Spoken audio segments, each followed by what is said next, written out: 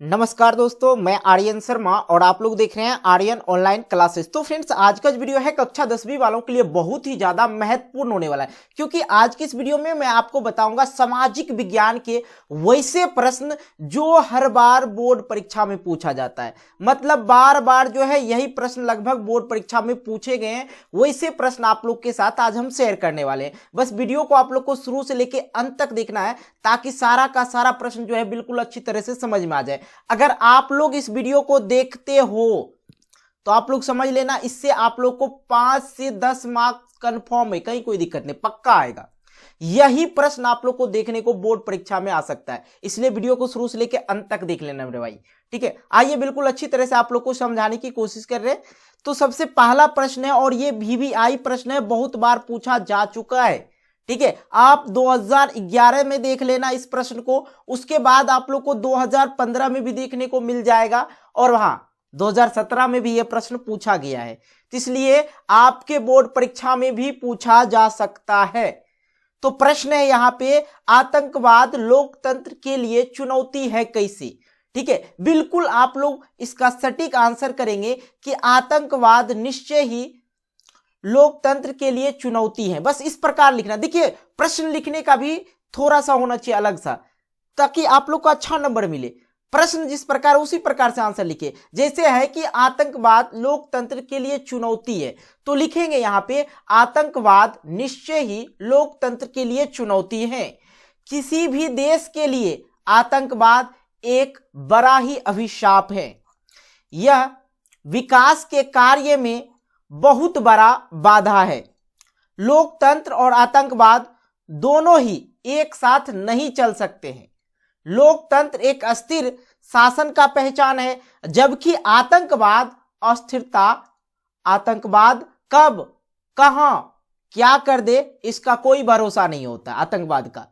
भारत आतंकवाद से ग्रसित देश है। अपना जो भारत है आतंकवाद से ग्रसित देश है, और बड़े बड़े देश इससे परेशान हो रहे हैं। आतंकवाद से जो है, ऐसा नहीं कि भारत ही जूझ रहे हैं, पूरा विश्व आतंकवाद से जो है जूझते हुए आ रहे हैं, और भी आगे चलते रहेगा, ये रुकेगा नहीं। आतंकवाद अब कब कहां आ जाए कहना मुश्किल है। तो आतंकवाद निश्चय ही लोकतंत्र के लिए चुनौती है। किसी भी देश के लिए आतंकवाद जो है एक बड़ा ही अभिशाप है। यह विकास के कार्य में बहुत बड़ा बाधा है। लोकतंत्र और आतंकवाद दोनों ही एक साथ नहीं चल सकते हैं। लोकतंत्र एक अस्थिर शासन की पहचान है, जबकि आतंकवाद अस्थिरता का। ठीक है, और आतंकवाद कब और कहां कर दे इसका कोई भरोसा नहीं। भारत आतंकवाद से ग्रसित देश है, और बड़े बड़े देश इससे परेशान हैं। जैसे हो गया अमेरिका। इसीलिए आतंकवाद लोकतंत्र के लिए चुनौती है। बिल्कुल आप लोग को अच्छी तरह समझ में आ गया। आप लोग इसी तरह प्रश्न को लिख देंगे, कहीं कोई दिक्कत नहीं होगा। आइए उसके बाद हम लोग नेक्स्ट प्रश्न की ओर चलेंगे, और नेक्स्ट प्रश्न जो है दूसरा नंबर, वो तो और भी ज्यादा महत्वपूर्ण है मेरे भाई। बस वीडियो को आप लोग शुरू से लेकर अंत तक देख लेना, आप लोग को 5 से 7 मार्क्स मिल जाएगा बोर्ड परीक्षा में, कहीं कोई दिक्कत नहीं होगा। बस इस वीडियो को कर दीजिए एक लाइक, और चैनल पर नए हो चैनल को कर लेना सब्सक्राइब। ठीक है, चलो भाई आगे चलते हैं। अब देखिए, अब ये प्रश्न देखते हुए बच्चे के मन में लालसा आ जाए, भाई ये तो प्रश्न सर बहुत गजब बता रहे हैं, ये प्रश्न तो पूछा ही जाएगा भाई। हरित क्रांति से आप क्या समझते हैं। VVI है, लॉलीपॉप प्रश्न है, कहीं कोई दिक्कत नहीं मेरे भाई। देखो, भारतीय कृषि में क्रांतिकारी विकास को हरित क्रांति कहते हैं। भारतीय कृषि में क्रांतिकारी विकास को हरित क्रांति कहते हैं, और नई प्रजातियां की फसल लगाकर सिंचाई की सुविधा, आधुनिक कृषि उपकरण का प्रयोग और रासायनिक उर्वरक के प्रयोग से भारतीय कृषि में सोना उत्पादन होने लगा है। कृषि में आई इस बदलाव को हरित क्रांति कहते हैं। हरित क्रांति का प्रभाव सबसे अधिक गेहूं पर पड़ा है। समझ में आया, बिल्कुल अपना भाषा, देसी भाषा पढ़ा रहे हैं आपको। भारतीय कृषि में क्रांतिकारी विकास को हरित क्रांति कहते हैं। नई प्रजातियां की फसल लगाकर सिंचाई की सुविधा, आधुनिक कृषि उपकरण का प्रयोग और रासायनिक उर्वरक के प्रयोग से भारतीय कृषि में सोना उत्पादन होता है, और सोना उत्पादन वाले तो देश हैं ही अपना भारत। ठीक है, तो कृषि में आई इस बदलाव को हरित क्रांति कहते हैं और हरित क्रांति का प्रभाव सबसे अधिक गेहूं पर पड़ा है। समझ में आ गया मेरे भाई? बिल्कुल। आइए नेक्स्ट प्रश्न की ओर आते हैं। बहुत ही इंपॉर्टेंट प्रश्न बता रहे, ठीक है, ये भी प्रश्न भी आई है मेरे दोस्त, कहीं कोई दिक्कत नहीं, जो प्रश्न बता रहे रामबन है आप लोग के लिए। अब देखिए यहां पे आपको जो है तीसरा नंबर प्रश्न दिख रहा है। तीसरा नंबर प्रश्न है, क्वेश्चन बैंक नहीं उल्टाते हो तो क्वेश्चन बैंक उल्टा के देख लेना मेरे भाई। मिश्रित अर्थव्यवस्था क्या है? बहुत बार प्रश्न देखने को मिल जाएगा आप लोग को, तो वैसे प्रश्न लाए हैं जो लॉलीपॉप है। लॉलीपॉप अर्थात मतलब ये होता है कि जो हर बार पूछा जाता है, ठीक है, मतलब टॉप अप प्रश्न है, वायरल प्रश्न है, ठीक है। ऐसी अर्थव्यवस्था जिसमें पूंजीवाद और समाजवाद दोनों का अस्तित्व होता हो, अर्थात जिसमें निजी और सार्वजनिक दोनों क्षेत्र के साथ साथ मिलकर चलते हैं, उसे मिश्रित अर्थव्यवस्था कहते हैं। इसमें पूंजीवाद और समाजवाद अर्थव्यवस्था के दोषों को मुक्त करके मिश्रित अर्थव्यवस्था बनाया जाता है और भारत जो है अपना मिश्रित अर्थव्यवस्था है। अगर ऑब्जेक्टिव में प्रश्न पूछ दे भारत की अर्थव्यवस्था कैसी है, तो ऑप्शन जैसे ही देखेंगे मिश्रित, फटाक से ठोक देना है क्या। चलिए आगे की ओर चलते हैं। आगे बिल्कुल उसी प्रकार से एक और महत्वपूर्ण प्रश्न, कपास के उत्पादन में महाराष्ट्र एवं गुजरात अग्रणी राज्य क्यों है? अग्रणी का मतलब होता है आगे क्यों है, ठीक है। तो महाराष्ट्र एवं गुजरात में काली मिट्टी सर्वाधिक पाया जाता है। सर्वाधिक का अर्थात यह होता है कि सबसे अधिक पाया जाता है और यह जो है मिट्टी काफी उबड़ मिट्टी है। यह औसुक क्षेत्रों में कृषि के लिए अच्छी मिट्टी मानी जाती है। काली मिट्टी कपास उत्पादन के लिए सर्वश्रेष्ठ माना जाता है। यही कारण है कि कपास की जो उत्पादन है महाराष्ट्र में और गुजरात में अधिक होती है। इसलिए जो है महाराष्ट्र एवं गुजरात को अग्रणी राज्य कहा जाता है। अब देखिए भैया, यहां पे अगर हम लोग सेब लगाना चाहिए तो कम फसल होगा, सेब ज्यादा उपज नहीं पाएगा, सेब की वृक्ष, क्योंकि हमारी जो है यहां पे ये मौसम के अनुकूल नहीं उगा पाते हैं और मिट्टी के अनुकूल, ठीक है। जहां पे अब मान लिया जाए जो बालू होते हैं, मिट्टी में बहुत सारे प्रकार होते हैं आपको पता होगा, तो अब जहां पे बालू है तो बालू वाला फसल बालू जगह होगा। अब जहां पे काली मिट्टी है तो काली मिट्टी में कौन सा फसल होगा? कपास होगा, तो काली मिट्टी चाहिए। अगर हम लोग नॉर्मल मिट्टी पे लगाएंगे कपास की खेती तो होगी, लेकिन अत्यधिक नहीं हो पाएगी, मतलब अधिक उपजाऊ नहीं है, ठीक है। इसलिए जहां पे मतलब काली मिट्टी चाहिए किसके लिए? कपास के लिए, तो वहां पे ही करना पड़ेगा। तो कपास के उत्पादन में महाराष्ट्र एवं गुजरात अग्रणी राज्य क्यों है? तो लिख सकते हैं आप लोग इस प्रकार से। आइए, और ये तो और भी वीवीआई प्रश्न है, बिल्कुल वीवीआई प्रश्न है, कहीं कोई दिक्कत नहीं। अब देखना मेरे भाई 5वें नंबर कि मुस्लिम लीग के निम्नलिखित उद्देश्य। तो मुस्लिम लीग की स्थापना 30 दिसंबर, याद रखना है, ऑब्जेक्टिव में पूछ देता है प्रश्न। ऑब्जेक्टिव में पूछेगा कि मुस्लिम लीग का स्थापना कब हुआ, तो आप लोग आंसर करेंगे 30 दिसंबर 1906 ईस्वी को हुआ था। इसका उद्देश्य अगर पूछे कि इसका उद्देश्य क्या था, तो इसका उद्देश्य मुस्लिम लोगों के हितों की रक्षा करना था। इसकी नींव ढाका के नवाब सलीमुल्लाह खां ने रखी थी। इसका उद्देश्य मुसलमानों को सरकारी सेवा में उचित स्थान दिलाना तथा न्यायाधीश के पद पर मुसलमानों की जगह दिलाना और विधान परिषद में अलग अलग निर्वाचन मंडल बनाना एवं काउंसलिंग में उचित जगह मिलना। मेरे भाई, मुस्लिम लीग की स्थापना जो हुआ था इसलिए किया गया था क्योंकि मुस्लिम के हितों में काम होना चाहिए। अब देखिए यहां पे भारत की मैं बात कर रहा हूं, अभी भी कुछ ऐसे क्षेत्र हैं जहां हिंदू और मुस्लिम में विवाद होते ही रहती है। तो इसी को देखते हुए भारत के नागरिक ने सोचा क्यों ना कि मुस्लिम लीग की स्थापना कर दिया जाए, और इसका उद्देश्य था कि मुस्लिम के हितों की रक्षा करना। बात समझ में आ रही? मतलब अब देखिए यहां पे न्यायाधीश आपने सुना, न्यायाधीश का स्थान मिलना चाहिए।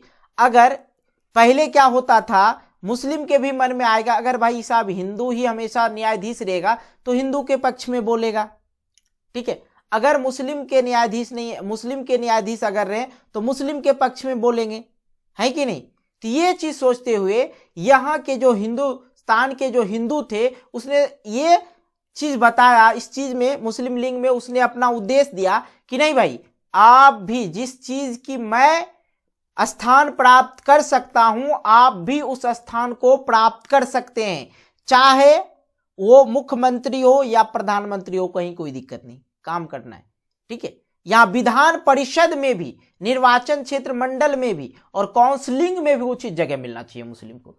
क्यों ना मिले, मुस्लिम है, जात है, ये जात बना दिया लेकिन है तो भारतीय, ये सोचना है अपना लोग को, ज्यादा नहीं सोचना है क्या, भारतीय है ये सोचना है। हम पाकिस्तानी नहीं है, हम लोग पाकिस्तानी नहीं जो वहां पे मुस्लिम जो हिंदू जो रहते हैं उनके साथ अत्याचार करें। हम लोग भारतीय हैं और भारतीय का एक फर्ज बनता है कि हम लोग हिंदू हो या मुस्लिम हो या सिख हो या ईसाई हो, कोई भी धर्म से हो, उसे अपने तरह बना के रखना चाहिए, ठीक है। आइए अगले प्रश्न को करते। बिल्कुल, सरकारी सेवा किसे कहते, तो जब देश या राज्य की सरकार लोगों को काम के बदले मासिक वेतन देती है, उनसे विभिन्न क्षेत्रों में काम लेती है, तो इसे सरकारी सेवा कहते हैं। जैसे हो गया बिहार पुलिस हो गया, शिक्षक हो गया जो सरकारी जॉब कर रहे, ठीक है, बैंक में हो गया, इनको सरकार काम देते हैं, रोजगार देते हैं, उसके बदले में मतलब वो काम करवाते हैं, उसके बदले में उनको वेतन दे देते हैं, जिसको सैलरी बोलते हैं, ठीक है। तो यहां पे सैन्य सेवा जो आपको मैंने बताया, थल सेना, जल सेना, वायु सेना, शिक्षा, स्वास्थ्य ये भी जानते होंगे, बैंकिंग भी आप लोग अच्छी तरह से जान रहे। आइए नेक्स्ट हमारे पास 7वें नंबर प्रश्न। उससे पहले मैं एक और बात बता दूं, ये जो साइन है ये लाइक का साइन है, कृपया यहाँ पे आप लोग अगर क्लिक नहीं किए तो कर देना, क्योंकि आपका एक लाइक मुझे मोटिवेट करता है एक नई वीडियो बनाने के लिए। तो भाई लाइक करोगे तो नेक्स्ट वीडियो आप लोग को जरूर मिलेगा, इससे भी जबरदस्त वीडियो, ठीक है, इसलिए वीडियो को लाइक जरूर करना, ठीक। तो कृषि जनित उद्योग से क्या तात्पर्य है, तो उत्तर करके लिखना है, ऐसे उद्योग जो कृषि के उत्पादन पर आश्रित होता है अथवा जिनके उत्पादन में कृषि क्षेत्र से कच्चा माल आता है, उसे कृषि जनित उद्योग कहते हैं। जैसे हो गया चीनी कहां से आते, कृषि जो होते गन्ना से, ठीक है, चीनी उद्योग, टमाटर और सॉस उद्योग, ठीक है। अब देखो टमाटर सॉस उद्योग मतलब टमाटर आएगा तभी तो सॉस बनेगा और ब्रेड पे लगा के हम लोग खाएंगे, क्लियर हो गया। वैश्वीकरण से आप लोग क्या समझते हैं, उससे पहले मैं एक और इंफॉर्मेशन दे रहा हूं कि देखिए आपका हिस्ट्री का जितना भी चैप्टर है सारा का चैप्टर बाय चैप्टर करके हम क्वेश्चन आंसर खत्म कर दिए, जो भी है एसएसटी का सारा अध्याय खत्म है, एकदम सारा प्रश्न उत्तर करवा चुके हैं, नहीं देखें देख लीजिएगा। तो वैश्वीकरण से आप क्या समझते हैं, किसी देश की अर्थव्यवस्था को विश्व की अर्थव्यवस्था से जोड़ना ही वैश्वीकरण कहलाता है।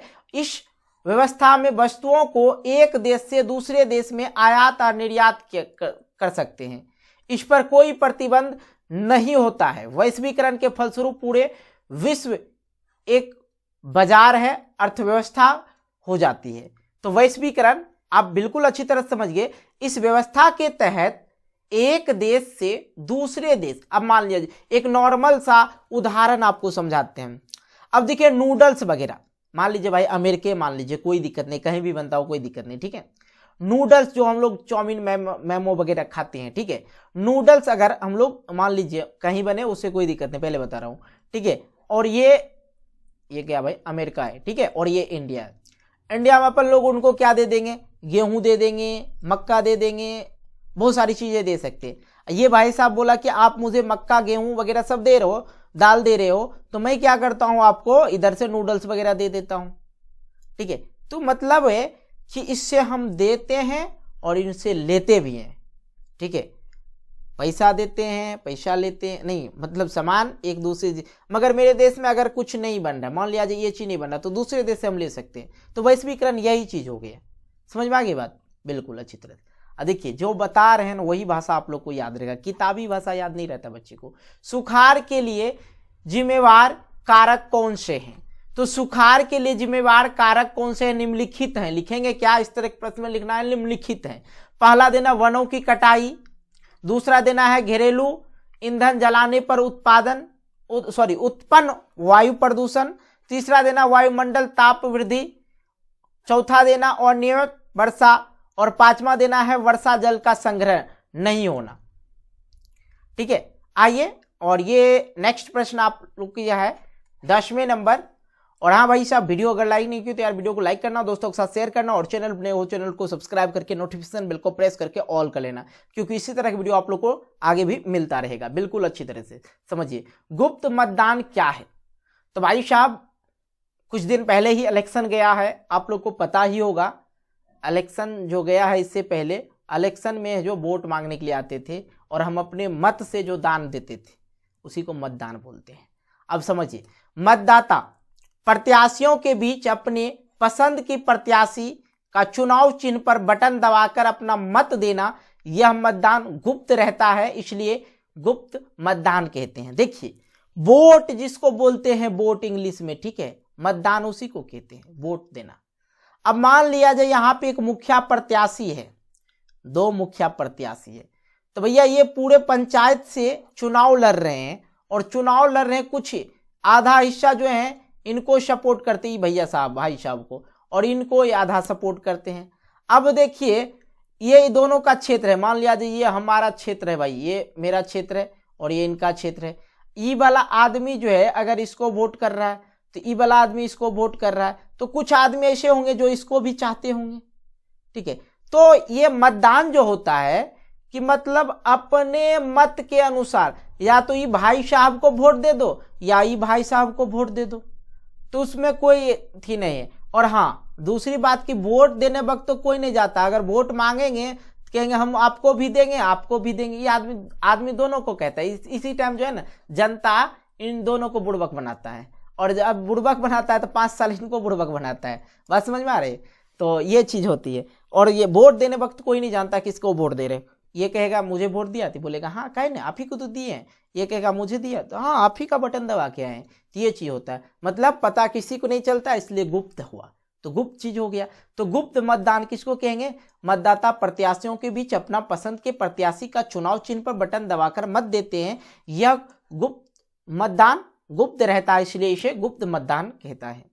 और नेक्स्ट जो है आप लोग के लिए एक टारगेट है लाइक का, तो आप लोग लाइक जरूर कर देना। और हाँ हो सके तो आप अपने व्हाट्सएप ग्रुप या कोई भी ग्रुप हो वहां पे आप लोग शेयर कर दे, जहां पे स्टूडेंट वगैरह पढ़ते होंगे जिसको ये चीज चाहिए। और ये चीज कर लेना, आप लोग चैनल को सब्सक्राइब कर लेना, और मुझे सपोर्ट और प्यार की जरूरत है। ठीक है, तो भाई ये चीज कर ही लेना, सब्सक्राइब कर लेना मेरे चैनल को। ये तो मिलते हैं एक नई वीडियो को लेके, तब तक के लिए बाय, जय हिंद, जय Bharat, take care, good bye.